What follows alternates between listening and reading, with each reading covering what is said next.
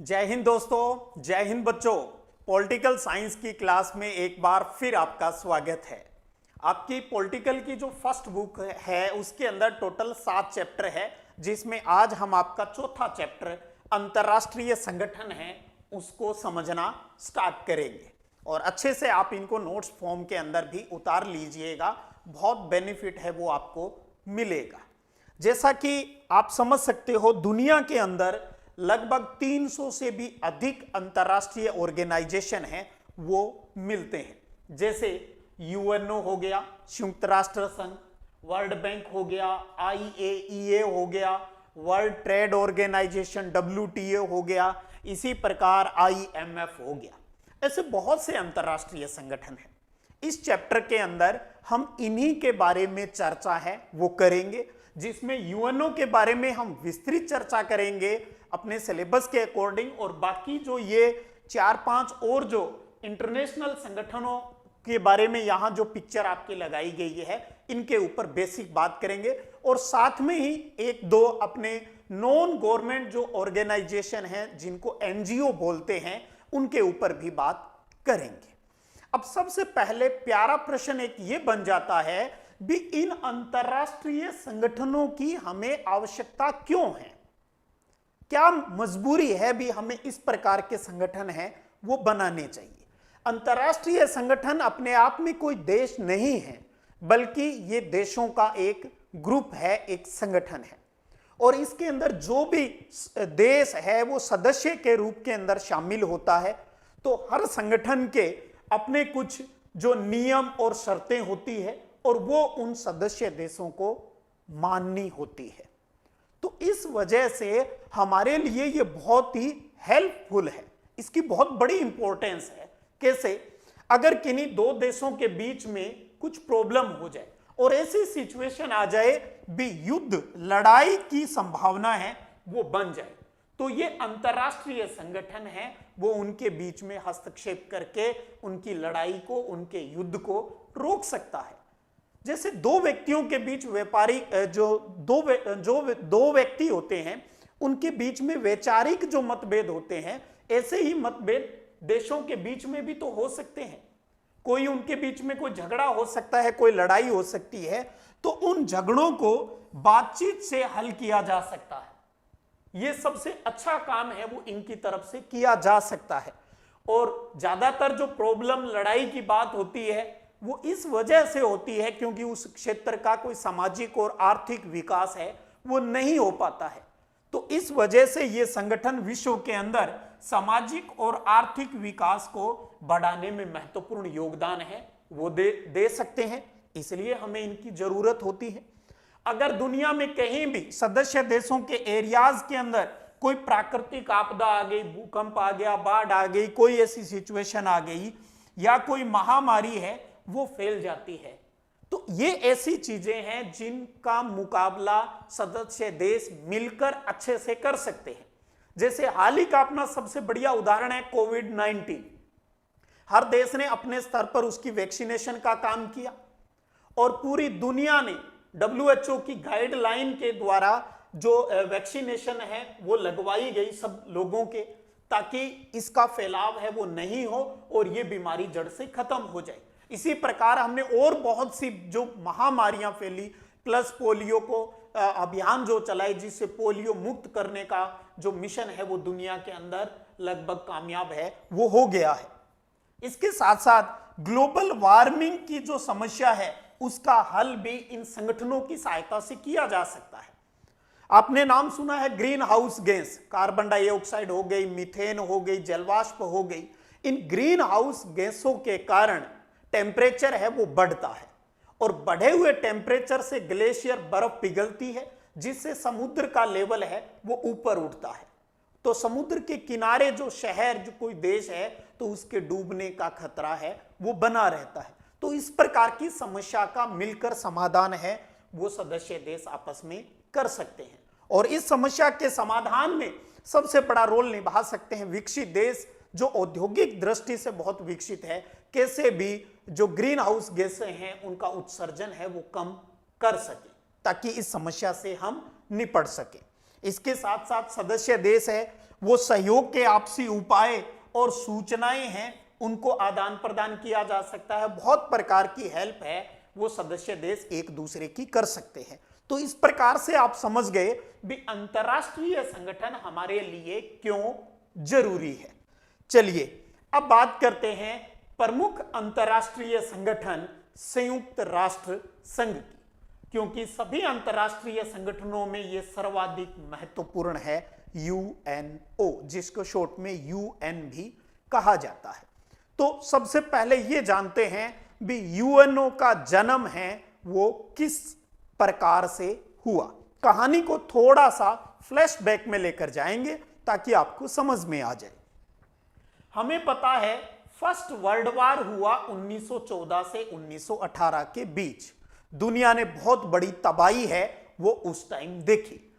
तो जब युद्ध खत्म हो गया तो सबने ये प्रयास किया भी हमें एक कोई संगठन बना लेना चाहिए ताकि दुनिया के अंदर इस प्रकार की प्रॉब्लम दोबारा कभी नहीं हो।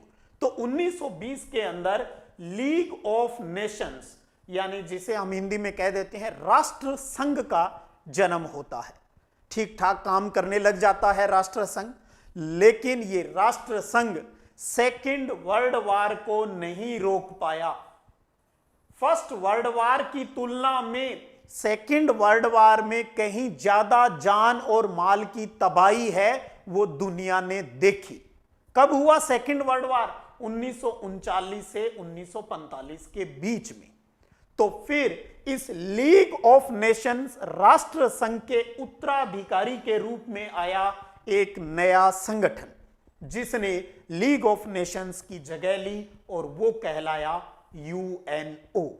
तो अब एक प्यारा प्रश्न ये बन गया भी यूएनओ का निर्माण है वो गठन कब होता है? तो वो तारीख है 24 अक्टूबर 1945। और इनको बनाने में सबसे ज्यादा अहम रोल जिन देशों का रहा, जिन्हें हम संस्थापक सदस्य देश कहते हैं, उनकी संख्या है 51। और वर्तमान में इस यूएनओ से दुनिया के 193 देश हैं वो जुड़े हुए हैं। तो ये डाटा आपको थोड़े से ध्यान में रखने होंगे। ये आप यहां देख पा रहे हो यूएनओ का सिंबल दिखा रखा है जिसमें एक सर्किल के अंदर वर्ल्ड का मैप दिखा रखा है और इसके चारों ओर जैतून की पत्तियां दिखा रखी है, जिसका मतलब है भी ये विश्व शांति का प्रतीक है। तो यूएनओ का प्रतीक क्या है? विश्व शांति का ये प्रतीक है। ये अपने इस सिंबल के अंदर बता रहा है। और इस यूएनओ के 6 प्रमुख अंग हैं, जिनमें एक है सचिवालय हो गया, महासभा हो गई, सुरक्षा परिषद हो गई, आर्थिक सामाजिक परिषद होगी, न्यायिकता परिषद होगी और अंतरराष्ट्रीय न्यायालय होगी। इनके बारे में अभी हम एक एक करके इनको भी अच्छे से जानेंगे। कहानी को आगे बढ़ाएं उससे पहले कुछ बेसिक बात यूएनओ के विकास की स्थापना की है वो भी देख लेते हैं। आपने देखा होगा पॉलिटिकल साइंस के हर चैप्टर के अंदर आपको कार्टून मिलते हैं और कुछ अतिरिक्त जानकारियां आपको बॉक्स के अंदर मिलती है। बोर्ड एग्जाम में इन बॉक्स का कोई बड़ा रोल है वो नहीं होता, लेकिन कल को अगर आप कोई प्रतियोगी परीक्षा देते हो, जैसे आपको केंद्र सरकार की जो भी यूनिवर्सिटियां हैं उनके अंदर आपको एडमिशन लेना है जिसके लिए सीयूईटी का पेपर होता है, तो उस प्रकार के पेपर्स में जरूर यहां से क्वेश्चन है वो पूछ लिए जाते हैं। तो जब सेकेंड वर्ल्ड वॉर चल रहा था 1939 से 1945 में तो खत्म होता है, उसी के बीच अगस्त 1941 से ही इस यूएनओ के बनाने की जो प्रोसेस है वो स्टार्ट हो गई थी। और स्टार्ट किसने की? मित्र राष्ट्रों ने, क्योंकि सेकेंड वर्ल्ड वॉर किन के बीच में हुआ? धुरी राष्ट्र और मित्र राष्ट्र। मित्र राष्ट्रों की तरफ से टोटल 26 देश थे। उन्होंने प्रयास किया भैया अब एक बड़ा मजबूत संगठन जो राष्ट्र संघ से भी ज्यादा स्ट्रोंग हो ऐसा संगठन हम बनाएंगे। बैठकों का दौर चलता जाता है और तारीख आ जाती है आगे चल के 26 जून 1945। इस तिथि को उसके जो चार्टर जो नियमावली बनी थी उसके ऊपर 50 देशों ने हस्ताक्षर कर दिए। 51वां देश, अभी हमने बात किया भी संस्थापक देश 51 थे, 51वां देश था पोलैंड। उसने 15 अक्टूबर को इसके ऊपर हस्ताक्षर किए थे और स्टार्ट कब हुआ? 24 अक्टूबर को। तो उससे पहले 51 देशों ने इसके ऊपर हस्ताक्षर कर दिए, इसलिए संस्थापक सदस्य देशों की संख्या हो गई 91। और जो इनकी तिथि है निर्माण की वो है 24 अक्टूबर, इसलिए हर साल यूएनओ दिवस है यानी संयुक्त राष्ट्र संघ दिवस है वो 24 अक्टूबर को मनाया जाता है। अब एक प्यारा सा प्रश्न यहां और बनता है और वो है भारत यूएनओ का सदस्य है या नहीं है? इंडिया इसका सदस्य है और इसकी स्थापना के कुछ दिनों बाद ही शामिल हो गया और वो तारीख है 30 अक्टूबर 1945। भारत ने यूएनओ की सदस्यता है वो ले ली। तो इतनी सी बेसिक चीज आपको यूएनओ के निर्माण की पता होनी चाहिए। स्क्रीनशॉट लेना चाहें तो ले लीजिएगा बीच बीच में। चलिए अब बात करते हैं यूएनओ के। हमने कहा 6 प्रमुख अंग हैं, उनके बारे में आपको बेसिक नॉलेज होना चाहिए। और सबसे पहले बात करते हैं उसकी जनरल असेंबली की यानी आम सभा की बात करते हैं। जो यूएनओ के मेंबर हैं कितने हैं? 193। वो सारे के सारे आम सभा के सदस्य हैं और हर सदस्य देश को अगर कोई डिसीजन लेना होता है तो उसके लिए एक वोट माना जाता है। तो 193 ही देश है और 193 ही वोट हो गए। तो उन वोटों के आधार पर ही कोई निर्णय है वो लिया जाता है अगर कोई कंट्रोवर्सी की बात होती है। और जो भी प्रमुख निर्णय लिए जाते हैं वो 2/3 बहुमत से यानी 66% के आसपास जो पक्ष हैं, जो जिसके पक्ष में होता है वो निर्णय ले लिया जाता है। लेकिन सबसे बड़ी कमजोरी कहूंगा मैं तो वो ये है भी आम सभा यूएनओ की जिसमें सभी सदस्य देश शामिल हैं, अगर ये कोई निर्णय ले लेते हैं उस देश के लिए ये निर्णय बाध्यकारी नहीं है। वो माने तो मान ले और न माने तो न माने, तो फिर इसका क्या मतलब रह गया? और ये अपनी बैठकें चर्चाएं कब करता है? युद्ध का टाइम हो तब तो करता ही करता है और शांति के समय भी ये चर्चा करता है। और युद्ध और शांति के समय जैसे आम सभा में चर्चा होती है ऐसी ही चर्चा सुरक्षा परिषद के अंदर भी होती रहती है। तो अब आप समझ गए आम सभा की से जुड़ी हुई कुछ जो मेन बात है जो आपको पता होनी चाहिए स्कूली पाठ्यक्रम के अनुसार। अब आता है दूसरा अंग और वो है सुरक्षा परिषद। सुरक्षा परिषद के अंदर टोटल सदस्य देशों की संख्या है 15, जिनमें से हैं 5 स्थायी देश और 10 हैं अस्थायी सदस्य देश। बहुत इंपॉर्टेंट, सुपर इंपॉर्टेंट बात इस स्लाइड की।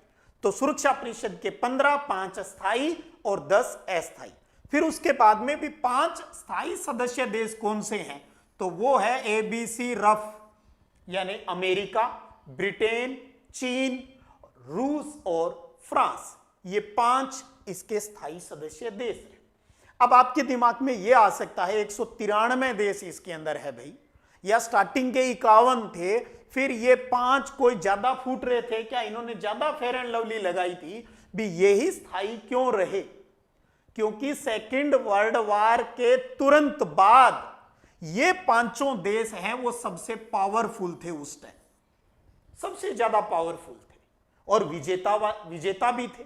तो इस वजह से इन 5 ने अपने पास पावर ज्यादा रख ली और कह दिया भी हम तो सुरक्षा परिषद के स्थायी मेंबर हैं, वो रहेंगे क्योंकि इनके पास है एक सबसे शानदार पावर जो अन्य किसी के पास नहीं है और उसको कहा जाता है वीटो पावर।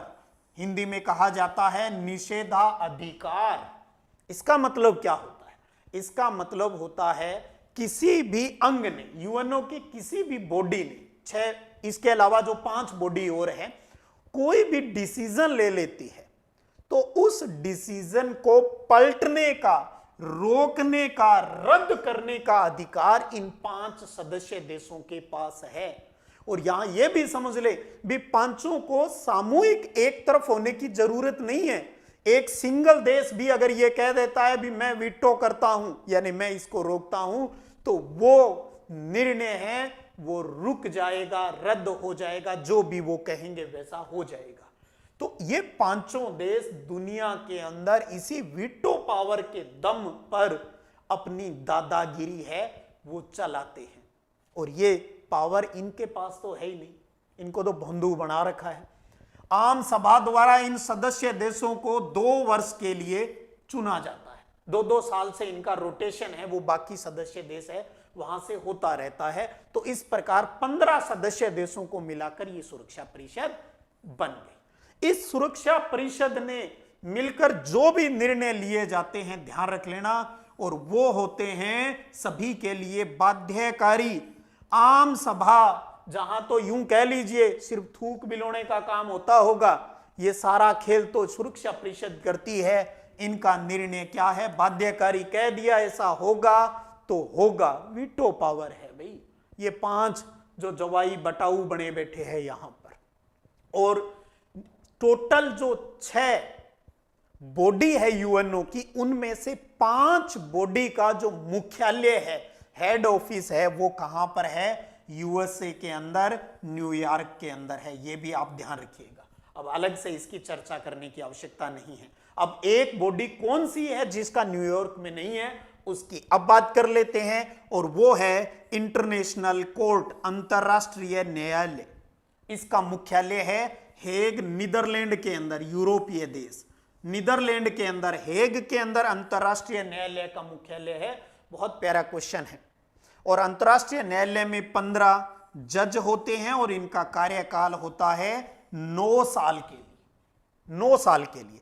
अब बात यह आती है भी इन जजों का चयन कौन करता है?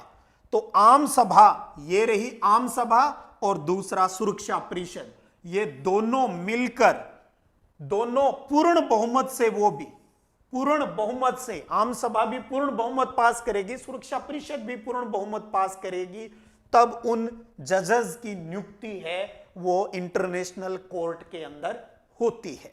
तो इसका मुख्यालय कहां है? हेग, नीदरलैंड के अंदर। तो 3 बॉडीज हो गई अपनी यूएनओ की।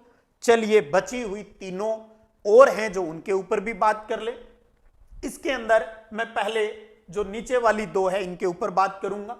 5वीं है जो यहां 4 नंबर हो गया, वो है आर्थिक और सामाजिक परिषद, जो सदस्य देशों के एरियाज के अंदर सामाजिक और आर्थिक विकास में महत्वपूर्ण रोल अदा करती है। और इसके सदस्य देश होते हैं इस कमेटी के अंदर, इस बॉडी के अंदर, वो 54 सदस्य होते हैं। जियोग्राफिकल दृष्टि से इनका रोटेशन है वो चलता रहता है, और आम सभा द्वारा 3 वर्ष के लिए नियुक्त है वो इन 54 सदस्य देशों को किया जाता है। कौन करता है? आम सभा करती है। और एक चीज और समझ लीजिएगा, जो भी कोई किसी की नियुक्ति करता है, ये सीधा सा एक फंडा होता है, वो इंस्टीट्यूट, वो व्यक्ति उसी संस्था के प्रति उत्तरदायी होते हैं जो उनकी नियुक्ति करता है। तो इसकी नियुक्ति आम सभा करती है, तो ये उसके प्रति जवाबदेही है। अंतरराष्ट्रीय न्यायालय की बात की तो इसका रिलेशन, क्योंकि दोनों का ही रोल है, आम सभा और सुरक्षा परिषद, तो उन दोनों से के प्रति उसकी जवाबदेही हो जाती है। और लास्ट इसकी है न्यायशीता परिषद, इंग्लिश में कहते हैं जिसे ट्रस्टीशिप कहा जाता है। पलाऊ जो एक ट्रस्टीशिप था वो आजाद हो गया 1 नवंबर 1994 को। तो ये जब आजाद हो गया तो इसकी जरूरत ही नहीं है, तो इसलिए 1994 के अंदर इसको स्थगित कर दिया गया है। ध्यान रखिएगा, समाप्त नहीं किया है, स्थगित किया है। भविष्य में जरूरत होगी तो इसको वापस जिंदा कर लिया जाएगा, फिनिश नहीं किया। इसलिए हम कहते हैं भी 6 बॉडीज हैं, और जिनमें से एक बॉडी को अभी स्टे किया हुआ है, स्थगित किया हुआ है, और वो कौन सी है?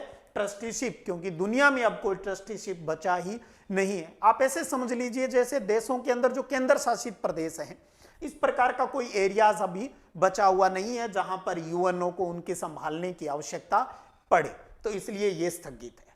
और अब बात करते हैं इसका अंतिम जो अंग है 4 नंबर पे जो लिखा है सेक्रेटरीट सचिवालय। यह भी अपने आप में एक महत्वपूर्ण भाग है, क्योंकि यूएनओ का सबसे अधिक दिखने वाला जो सार्वजनिक चेहरा है वो उसका प्रधान भी है, और उसको कहा जाता है महासचिव, सेक्रेटरी कहा जाता है, जनरल सेक्रेटरी। और इसकी नियुक्ति है वो सुरक्षा परिषद की सलाह पर आम सभा द्वारा की जाती है। सुरक्षा परिषद है वो सिफारिश करेगी, आम सभा उसको मंजूरी प्रदान करेगी, और 5 साल के लिए उस महासचिव की नियुक्ति है वो मिल जाती है। अब एक चीज यहां और समझ लीजिएगा, कोई स्पष्ट रूल नहीं है, लेकिन परंपरागत रूप से अगर देखें तो लगभग 1961 के बाद में जो ज्यादातर परंपरा देखने को मिली है, 2 कार्यकाल तक, यानी 2 कार्यकाल का मतलब हो गया 10 वर्ष तक है वो मोस्टली महासचिव है वो अपने पोस्ट के ऊपर रहता है। कोई नियम नहीं है, परंपरागत रूप से ऐसा देखने को मिलता है, बीच बीच में कईयों का नहीं भी देखने को मिलता है। अब इसके बाद आपको क्या जरूरी है, 2 महत्वपूर्ण बातें आपको पता होनी चाहिए। वो है फर्स्ट, महासचिव है वो यूएनओ के कौन थे और किस देश के थे? वो थे ट्राइगवेली और इनका संबंध था नॉर्वे से। ये नॉर्वे की, और नॉर्वे यूरोपीय कंट्री हो गया। और वर्तमान के अंदर जो व्यक्तियों की संख्या के हिसाब से बात करें तो 9वें व्यक्ति है वर्तमान में, वो है एंटोनियो गुटेरेस। एंटोनियो गुटेरेस, अच्छे से लिख कर भी अभ्यास कर लेना, कई बार नाम याद होता है और बोर्ड की कॉपी आती है उसमें देखा जाता है बच्चे ने सही नाम नहीं लिखा, क्योंकि वो लिखने का अभ्यास नहीं कर पाते तो गड़बड़ हो जाती है। अंग्रेजी नाम है तो थोड़ा लिख कर जरूर अभ्यास कर लीजिएगा। तो 9वें वर्तमान के अंदर जो हैं यूएनओ के महासचिव कौन है? Antonio Guterres. सै बोलो चाहे जय बोलो, लिखो चाहे बोलो, वो आपकी मर्जी है। और इनका संबंध किस देश से है? पुर्तगाल से है। 1 जनवरी 2017 से ये अपने पद पर कायम है।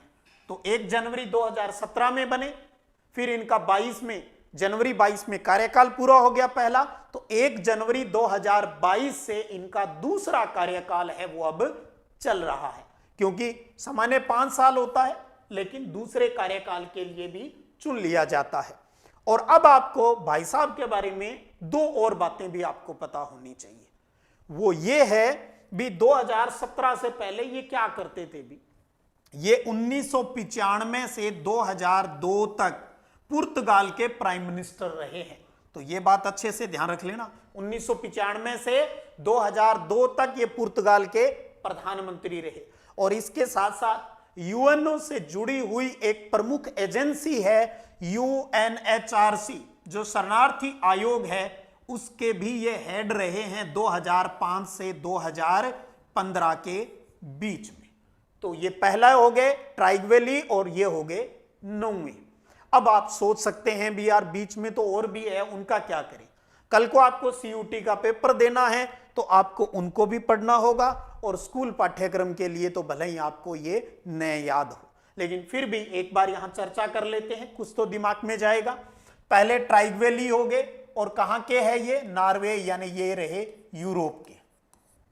और इन्होंने दूसरा कार्यकाल जब स्टार्ट हुआ, बाद में जो सोवियत संघ का ने इसका विरोध किया था, यानी उस टाइम जो आज का जो रसिया है, उस टाइम जो यूएसएसआर था उसने विरोध किया, तो महासचिव के पद से इन्होंने त्याग पत्र दे दिया था।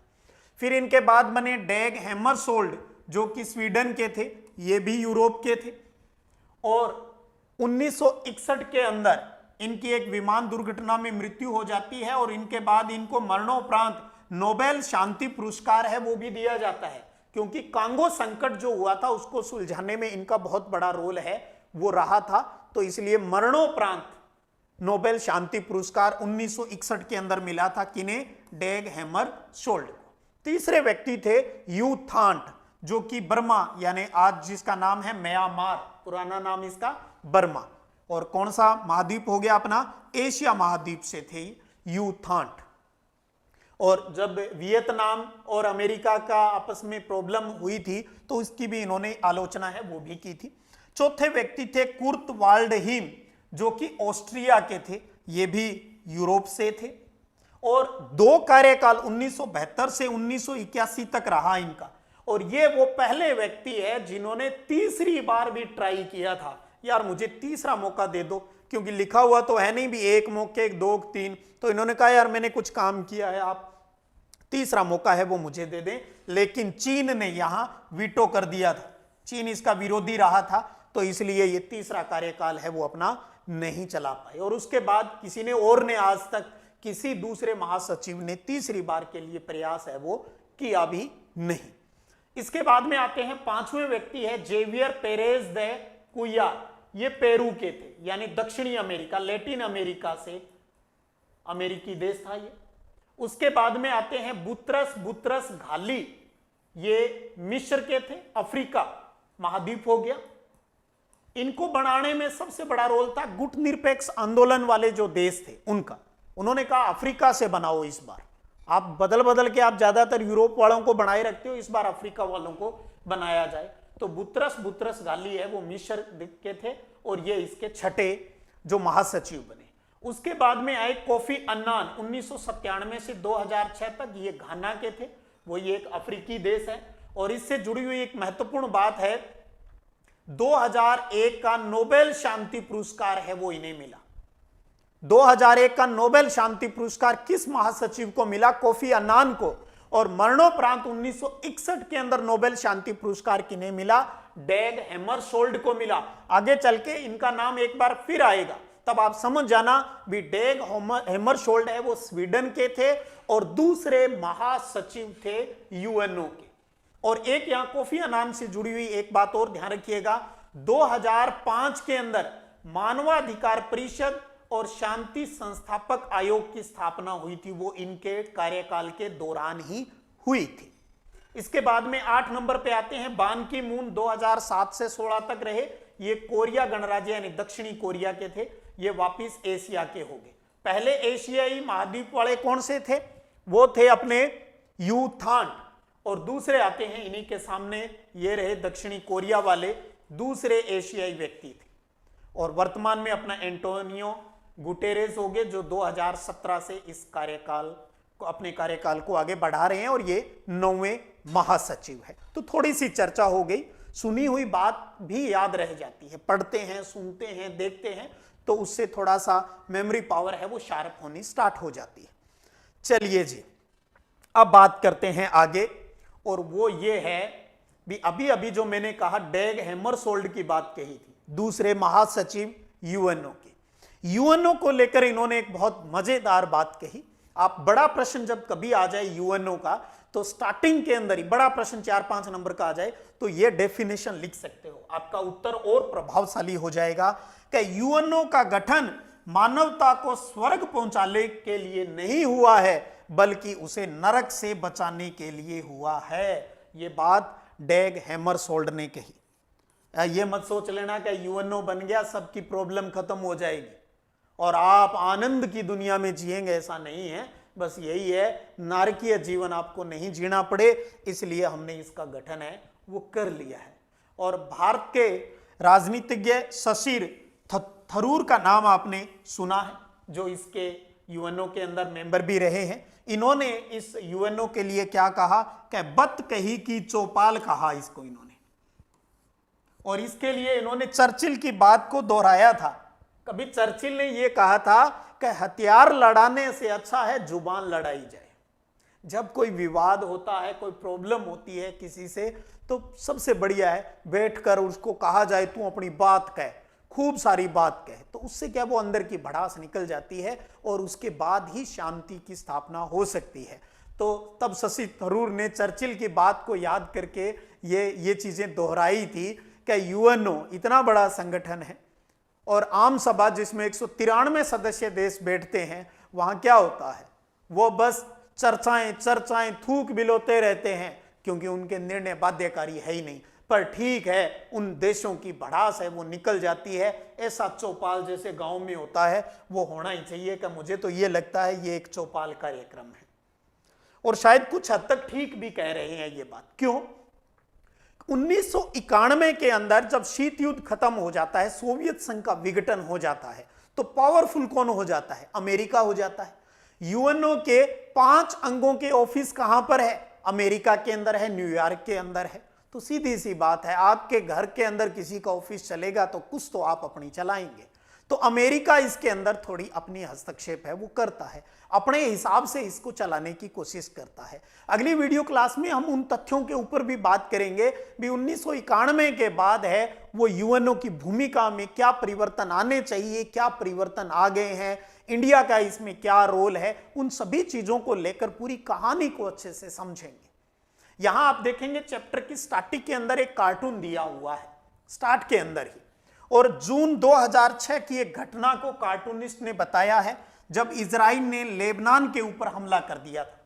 और हमले का कारण यह बताया था भी यहां पर हिजबुल्लाह गुट है वो आतंकवादी रहता है और उसको कंट्रोल करने के लिए हम ये हमला कर रहे हैं। और इस हमले के अंदर बहुत सारे आम लोग नागरिक जो है वो मारे गए थे, क्योंकि बमों के आगे कौन बम पूछता है भी तू आतंकवादी है या आम आदमी है। उस टाइम यूएनओ ने क्या किया था, एक प्रस्ताव बहुत बाद अगस्त में पास किया। जून में घटना हुई, यूएनओ जागा। ये यूएनओ कब जागा, ये देखो पिंजरे में बैठा है बाहर, ये सब कुछ हथियार चल रहे हैं, इसको कुछ दिख नहीं रहा था कि अगस्त में प्रस्ताव लेकर आया, कहा भाइयों ऐसा मत करो ऐसा मत करो। अरे सो रहा था क्या 2-3 महीने तो। और तब धीरे धीरे फिर इजराइल ने कहा ठीक है हम रोक रहे हैं, टाइम तो दो। फिर अक्टूबर में जाकर वो समस्या है वो सोल्व हो पाई थी। तो यहां ऐसी घटनाएं जब देखते हैं दुनिया में, आज भी ऐसा होता है, तब ये लगता है भी यार यूएनओ है या उसका जो महासचिव है, जो प्रशासनिक अधिकारी है, उसका क्या रोल है वो अपना यहां पर ये अदा कर रहे हैं। तो शक के दायरे में ये आ जाते हैं। तो ये हमने यूएनओ का विकास क्रम, उससे जुड़ी हुई महत्वपूर्ण बातें पढ़ ली। अब आपको यहां और बताना चाहूं, यूएनओ से जुड़ी हुई प्रत्यक्ष अप्रत्यक्ष रूप से जुड़ी हुई कुछ सामाजिक और आर्थिक मामलों से जुड़ी ये प्रमुख एजेंसियां भी होती हैं। इन प्रमुख एजेंसियों का आपको इतना काम करना है भी इनकी फुल फॉर्म याद रखनी है। मैं आपको सलाह दूंगा आप इंग्लिश में कोशिश करना। इंग्लिश में मतलब भले स्पेलिंग मत याद करना। अब जैसे ये है वर्ल्ड हेल्थ, तो आप ऐसे लिख सकते हो वर्ल्ड हेल्थ ऑर्गेनाइजेशन।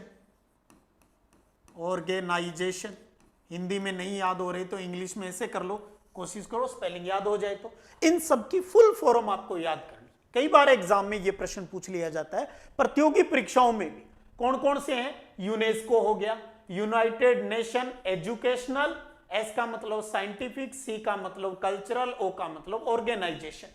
यूनिसेफ की बात करें, यूएन यानी यूनाइटेड नेशंस, आई का मतलब इंटरनेशनल, सी का मतलब चिल्ड्रंस, ई का मतलब इमरजेंसी, एफ का मतलब fund. United nation international children's emergency fund, बच्चों से जुड़ी हुई इंस्टीट्यूट है। यूएनडीपी कई बार जिक्र आएगा, जिनका भूगोल विषय है वो भी इनके बारे में अच्छे से जान चुके हैं जब उन्होंने मानव विकास पढ़ा होगा। यूनाइटेड नेशन डेवलपमेंट प्रोग्राम है। इसके बाद एक है United nation human rights council यानी यूएनएचआरसी। यूएनएचआरसी इसकी फुल फॉर्म ह्यूमन राइट्स से, मानवाधिकार से जुड़ा हुआ। और ये एचआरसी है और ये एचसीआर है। UN United nation high commissioner refugee, refugee शरणार्थी जो आ जाते हैं, कहीं कोई युद्ध या लड़ाई की सिचुएशन होती है तो वो भागकर किसी दूसरी जगह चले जाते हैं, तो वहां यूएनओ की ये एजेंसी उनको जो आपातकाल हो गया उनको रहने के लिए उनके लिए शेल्टर हाउस बना देते हैं और मेडिकल सुविधा है वो उपलब्ध करवाते हैं। और एक है अपना WHO, कोविड के दौरान हर आदमी ने इसको जान लिया है, वर्ल्ड हेल्थ ऑर्गेनाइजेशन, ये सब के लिए अच्छा स्वास्थ्य मिले इसके लिए ये काम है वो करता है। तो इन इंस्टीट्यूट के आप फुल फॉर्म है वो जरूर देख लीजिएगा। चलिए अब चलते चलते आज के जो सेशन के अंदर हम पढ़ा उससे जुड़ा हुआ एक प्रश्न आपके सामने है। आपको इस प्रश्न को समझकर अच्छे से और नीचे कमेंट सेक्शन के अंदर आपको इस प्रश्न का जवाब है वो देना है। और अगले वीडियो सेशन के अंदर 1991 के बाद इसमें यूएनओ के अंदर किस प्रकार की चेंजेस आए उनको या चेंज होने चाहिए उनको लेकर बात करेंगे। इसी प्रकार बने रहिएगा और आपके कमेंट का मुझे बेसब्री से इंतजार रहेगा। फिर मिलते हैं, तब तक जय हिंद जय भारत।